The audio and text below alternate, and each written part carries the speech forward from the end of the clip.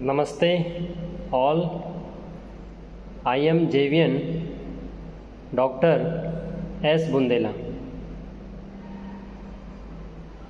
Professor, Faculty of Education and Methodology, Jyoti Vidyapeeth, women's university, Jaipur, Rajasthan.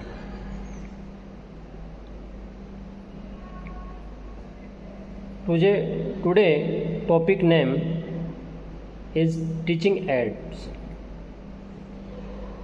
सहायक सामग्री, and date 19 September 2023। So आज का जो टॉपिक हम लोगों ने बात की सहायक सामग्री, उसको मैं विस्तार से बताना चाहूँगा आपको। देखिए, सहायक सामग्री वो हैं जो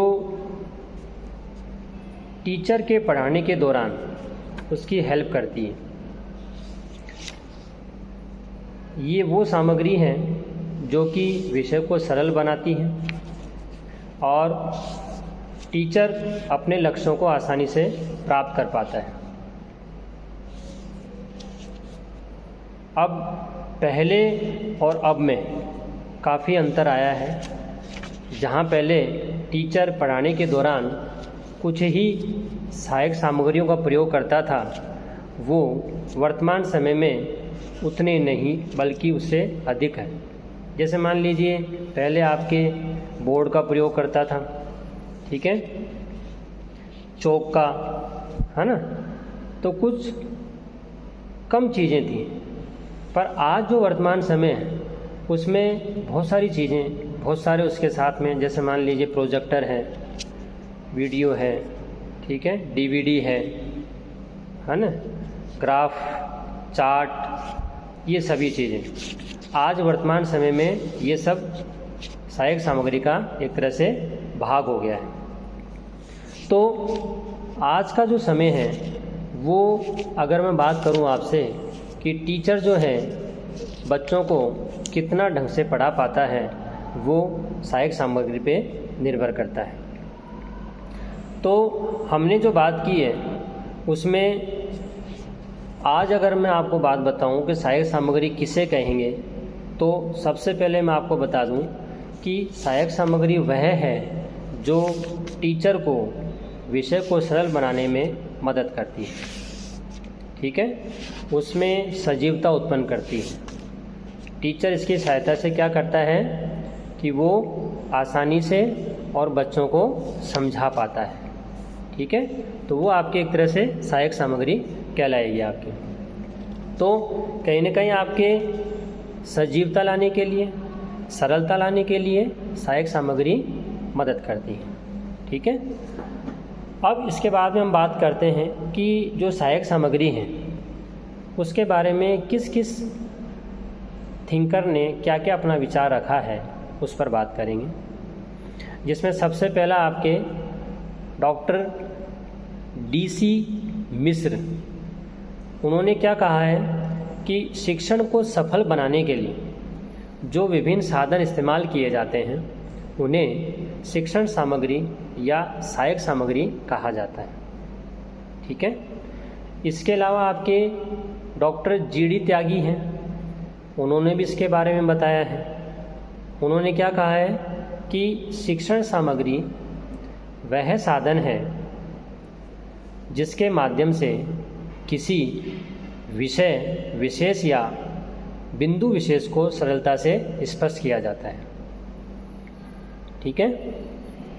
तो ये परिभाषाएं विभिन्न विद्वानों ने दी हैं। इनके अलावा और भी विद्वान हैं, उन्होंने भी कहा है। अब हम बात करेंगे कि जो शिक्षण सामग्री है या सहायक सामग्री है उसके कितने प्रकार हैं। तो वो आपके दो प्रकार के हैं, ठीक है। पहली जो शिक्षण सामग्री है वो आपकी होती है मौखिक सामग्री, मतलब मौखिक तरीके से बच्चों को समझाया जाए। इसके अलावा दूसरा है दृश्य श्रव्य सामग्री, जिसमें देखकर, सुनकर और दोनों ही माध्यम से बच्चों को या विद्यार्थियों को पढ़ाया जाता है। तो ये दो प्रकार की आपके सामग्री है या वर्गीकरण इसमें दो प्रकार का है। ठीक है, अब हम एक एक करके दोनों की बात करेंगे। जिसमें पहला है मौखिक सामग्री। ये वो सामग्री है जिसमें प्रश्नों उत्तरों का प्रयोग किया जाता है, क्वेश्चन आंसर का प्रयोग किया जाता है। ठीक है, इसमें बोर्ड की ज़रूरत नहीं पड़ती है, इसमें आपको कोई चार्ट की ज़रूरत नहीं पड़ती है, बल्कि टीचर जो शिक्षक है वो क्या करता है, आसानी से प्रश्न पूछकर, उत्तर बताकर इन सब के माध्यम से अपने विषय को या टॉपिक को क्लियर कर पाता है। ठीक है, इसके बाद में इसके अलावा आपके जैसे मान लीजिए कहानी, उदाहरण, इन सब का प्रयोग करता है, तो उसके माध्यम से भी क्या होता है, वो बच्चों को समझाता है या बता देता है। ठीक है, जैसे मान लीजिए कोई महाराणा प्रताप की कोई एक कहानी बता दी, उदाहरण बता दिया, तो उससे भी वो अपने विषय को ढंग से समझा सकता है। ठीक है, इसके बाद में बात करेंगे हम जैसे मान लीजिए कोई कहानी सुना दी है ना, तो कहानी में जैसे मान लीजिए महाराणा प्रताप इस टाइप के थे, इस प्रकार के वीर थे, उन्होंने इतनी लड़ाइयाँ लड़ी, तो इन सब के माध्यम से जिसमें मैंने आपको क्या बताया, एक तो आपके प्रश्न उत्तर, ठीक है, क्वेश्चन आंसर, दूसरा आपके मान लीजिए एग्जाम्पल बता दिया, उदाहरण बता दिया, उससे भी टीचर अपनी बात को रख पाता है। एक मैंने आपको बताया कि कहानी के माध्यम से, तो कहानी या स्टोरी बताकर भी क्या कर सकता है, टीचर अपनी बात को समझा सकता है, बता सकता है। ठीक है, इसके बाद में जो सेकंड जो मैंने टाइप बताया था आपको, या वर्गीकरण जो सेकंड बताया था, दूसरा बताया था, वो आपके दृश्य श्रव्य सामग्री, ऑडियो विजुअल टीचिंग एड। ठीक है, इसमें देखिए मैंने आपको बताया कि एक तो वो होता है जिसमें देखकर, एक वो जिसमें सुनकर, और एक वो जिसमें देखकर और सुनकर दोनों ही प्रकार से टीचर अपने विषय को या अपने टॉपिक को क्लियर करता है।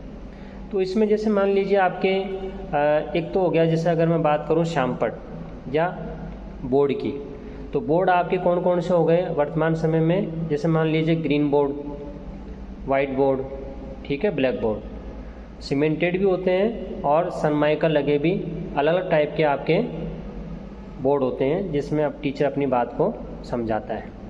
इसके अलावा आपके चित्रों के माध्यम से, ठीक है, जो शिक्षक हैं वो अपने चार्ट को बनाकर, चित्र को बनाकर या बने बनाए चित्र को दिखाकर भी अपने विषय को या अपने टॉपिक को क्लियर कर सकता है।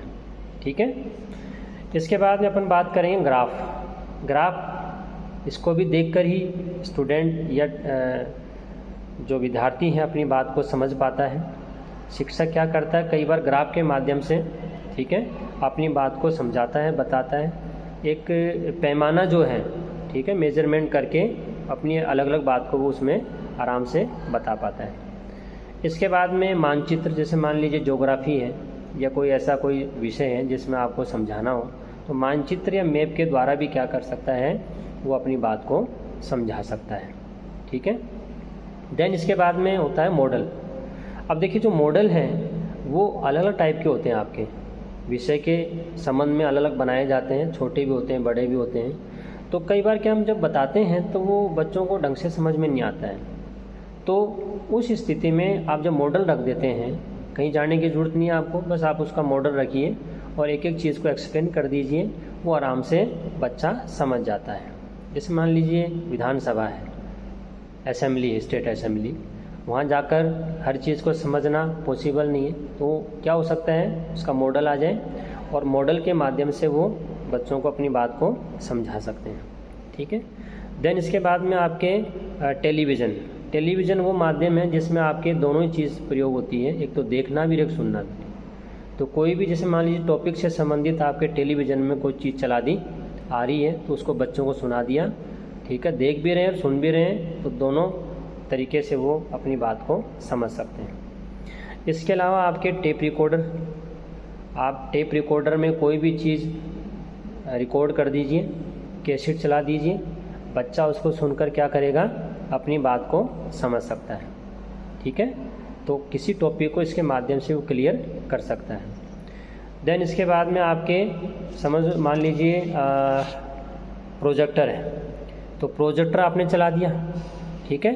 तो प्रोजेक्टर के चलाने के बाद भी क्या होता है, उसमें अलग अलग चीज़ें आपको समझाई जाती हैं। उसमें कुछ पीपीटियाँ होती हैं, पीपीटियों के माध्यम से अपने टॉपिक को अलग अलग क्लियर किया जाता है, बताया जाता है, ठीक है। तो जो प्रोजेक्टर है, उस प्रोजेक्टर के माध्यम से भी आप क्या कर सकते हैं, अपनी बात को स्टूडेंट या बच्चों तक रख सकते हैं, समझा सकते हैं, बता सकते हैं। तो ये प्रोजेक्टर वाली बात होगी आपकी। देन इसके अलावा होता है आपके रेडियो।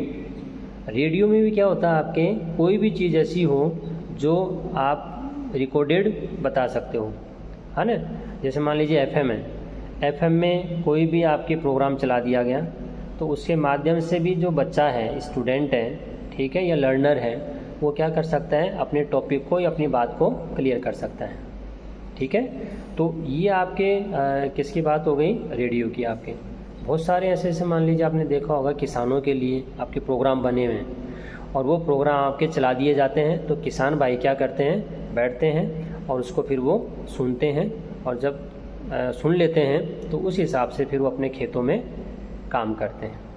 तो जो आपके रेडियो हैं, उस रेडियो के माध्यम से भी क्या होता है कि विद्यार्थी हो या कोई सीखने वाला हो, वो अपनी बात को सीख सकता है। जैसे मान लीजिए एग्रीकल्चर के स्टूडेंट हैं, ठीक है, तो उनके सामने रेडियो चला दिया गया और उनसे रिलेटेड टॉपिक को जब सुनाया जाता है तो बच्चे उसको सीखते हैं, सुनते हैं, ठीक है, तो उससे वो ज्ञान प्राप्त करते हैं। तो एक आपके ये माध्यम भी हो गया जिसमें केवल सुनाई देता है, ठीक है। तो इन सब के माध्यम से क्या करता है, स्टूडेंट या लर्नर अपनी बात को समझ पाता है, ठीक है, अपने टॉपिक को क्लियर कर पाता है। देन इसके बाद में हम बात कर सकते हैं पोस्टरों की।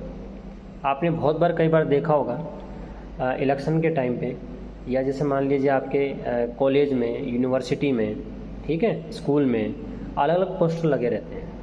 उन पोस्टर्स के माध्यम से भी आपको नॉलेज मिलती है, आपको ज्ञान मिलता है, ठीक है। आपके जो कंसेप्ट है वो कंसेप्ट आपके क्लियर होते हैं, ठीक है। तो ये सभी चीज़ें जो हमने देखी हैं वो सब क्या है, कहीं ना कहीं आपके अलग अलग माध्यम हैं, ठीक है। दृश्य श्रव्य जो ऑडियो विजुअल जो आपके टीचिंग एड हैं उसमें देखकर भी होता है और सुनकर भी होता है। और एक माध्यम कौन सा है जिसमें दोनों ही, ठीक है, जिसमें देखा भी जाता है और सुना भी जाता है। तो इन सभी के माध्यम से आप क्या कर सकते हैं, अपनी बात को विद्यार्थियों तक पहुंचा सकते हैं, ठीक है। तो जो टीचिंग एड है, उस टीचिंग एड में सबसे बड़ी बात ये है कि टीचर जो है, ठीक है, शिक्षक जो है, वो अपने कंसेप्ट को, वो अपनी बात को अच्छे से रख पाता है, ठीक है। मीडियम अलग अलग हो सकते हैं, बट वो अपनी बात को अच्छे से प्रेजेंट करने के लिए, सजीवता लाने के लिए, ठीक है, लाइवलिटी लाने के लिए, सबके लिए आपके टीचिंग एड को यूज कर लेता है।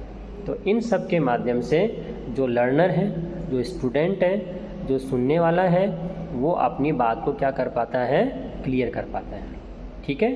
तो आज हमने जो बात की है वो सहायक सामग्री के बारे में बात करी है, ठीक है। टॉपिक हमारा था टीचिंग एड वाला, जिसमें उसका हमने मीनिंग भी देखा और उसके डेफिनेशन एंड उसके टाइप या क्लासिफिकेशन, ठीक है, वर्गीकरण।